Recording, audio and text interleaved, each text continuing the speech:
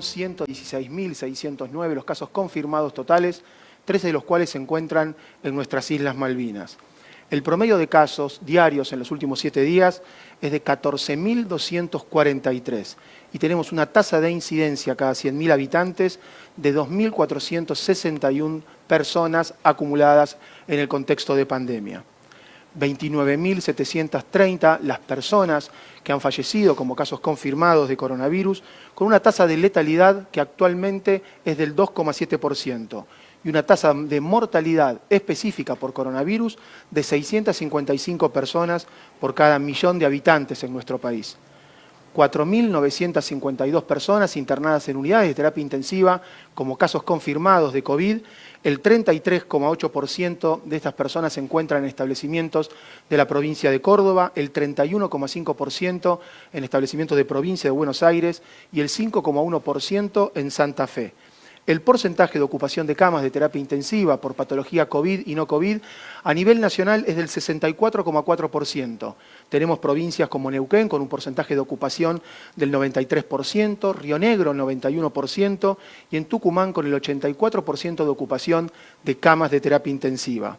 El buen dato son los recuperados. Actualmente ascendemos a la cantidad de 921.344, los cuales representan el 82,5% del total de los casos confirmados. En la jornada de ayer han sido dados de alta 11.758 personas.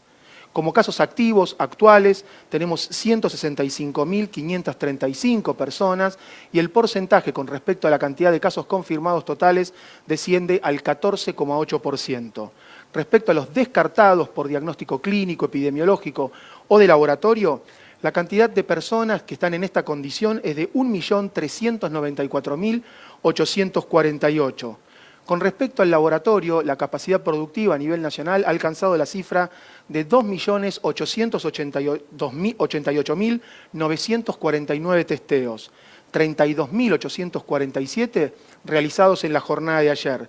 La cantidad de testeos por millón de habitantes en nuestro país es de 63.533 y el porcentaje de positividad promedio acumulada en el transcurso de la pandemia es del 44,5%. Agradecemos a los trabajadores de la salud por la remisión de datos a partir del Sistema Nacional de Vigilancia en Salud de manera oportuna para poder brindar información confiable, segura y que nos permita adaptar el plan de respuesta sanitario al coronavirus de nuestra Argentina.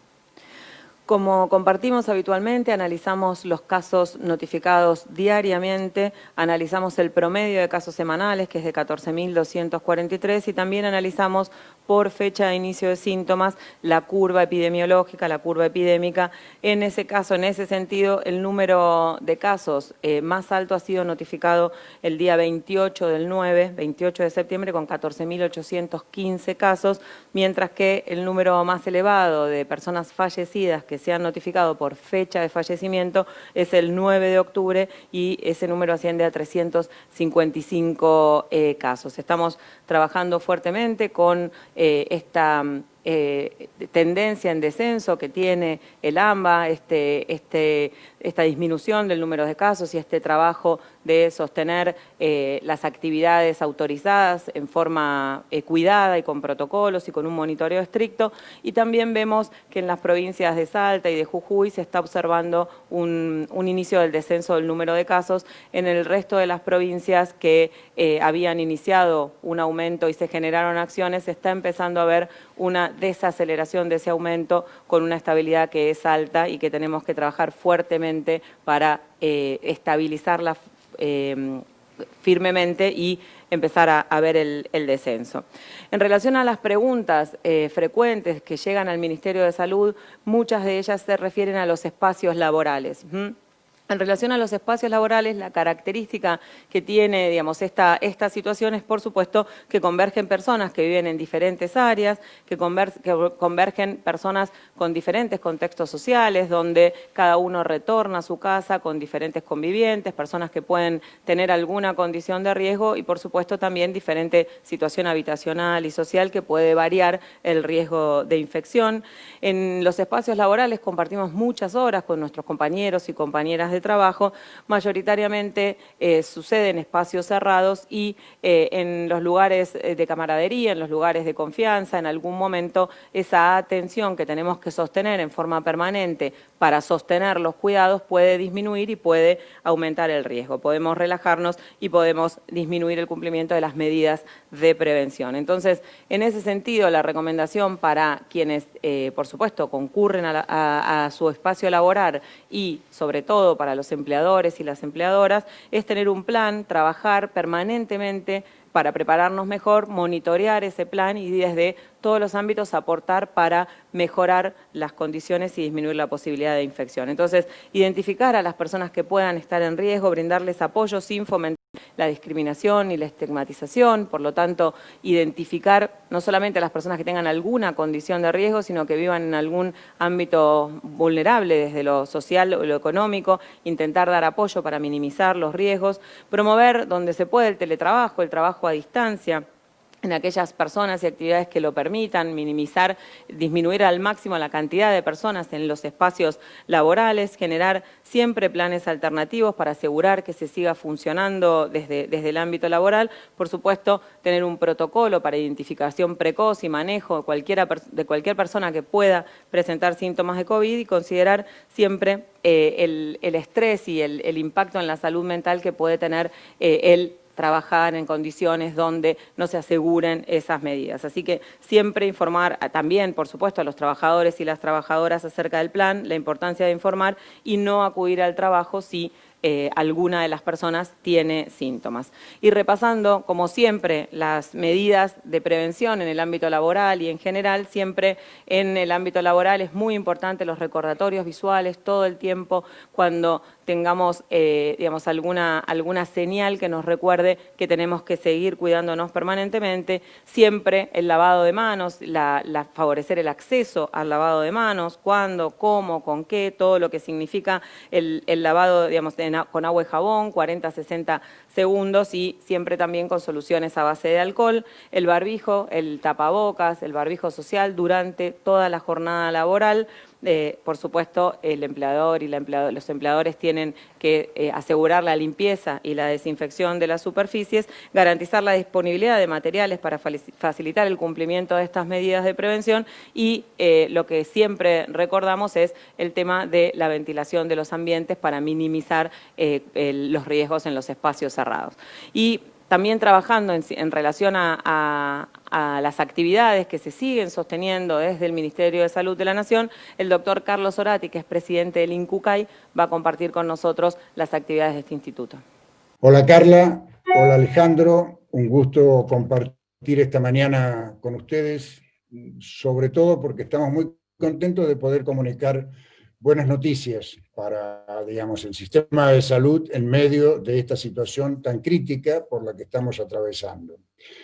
Esta buena noticia es que desde el comienzo de la pandemia, desde los primeros días, estuvimos abocados junto con los 24 organismos jurisdiccionales que tiene el país a poder armar la estrategia con el objetivo de continuar generando la oportunidad de trasplante para las miles de personas que están esperando un trasplante de órganos o un trasplante de tejidos o un trasplante de células progenitoras hematopoyéticas, esto es, trasplantes de médula ósea como se lo conocen. De modo que al comienzo hicimos toda una serie de adecuaciones, de protocolos para garantizar la no transmisión, de protocolos también para cuidar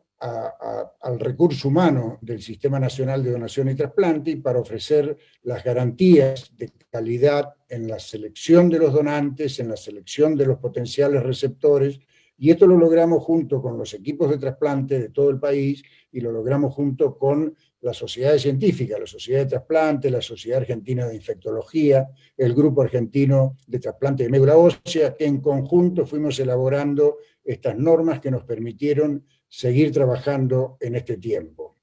La buena noticia de hoy es que,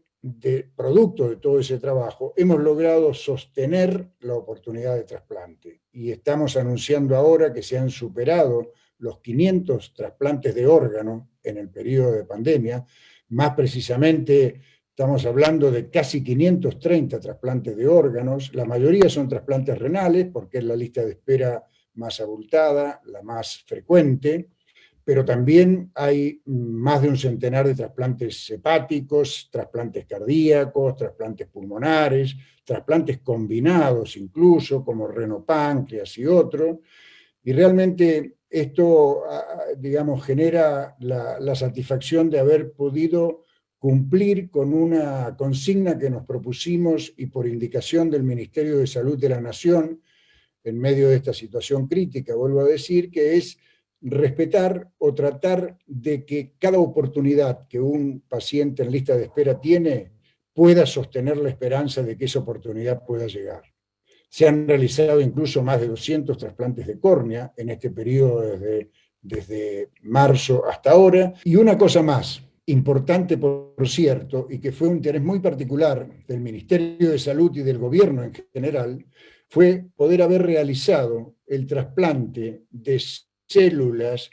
cuyos donantes provenían de países lejanos. Y así fue posible hacer trasplantes de médula para receptores argentinos, más de 50, con células provenientes de Alemania, de Israel, de varios países europeos, de Turquía, de Estados Unidos, y eso, más los donantes argentinos, incluso donantes argentinos que fueron para el exterior también, cierra un poco esta comunicación que estamos haciendo ahora de haber superado los 500 trasplantes de órgano, más de 200 trasplantes de córneas y más de 50 trasplantes con células provenientes de otros países del mundo. Esto ha implicado un esfuerzo conjunto de todo un sistema, de muchas áreas del gobierno, una voluntad política sanitaria muy fuerte del Ministerio de Salud que hemos intentado y puesto todas las ganas para poder responder a esas necesidades que reclamaba esta situación crítica por la que estábamos atravesando. Muchas gracias. Lo decía el doctor Zorati, el trabajo del Ministerio de Salud de la Nación, el INCUCAI, las provincias, los municipios, el equipo de salud, las sociedades científicas y un inmenso reconocimiento a las familias, a los donantes, a las donantes, que en este momento difícil seguir apostando a la vida. Y aprovechamos también para decirles que están autorizados las salidas, los controles, la vacunación, cada actividad, digamos, de control, de prevención, está autorizada con protocolos y el sistema de salud también está esperando para poder seguir trabajando en ese sentido. Muchas gracias.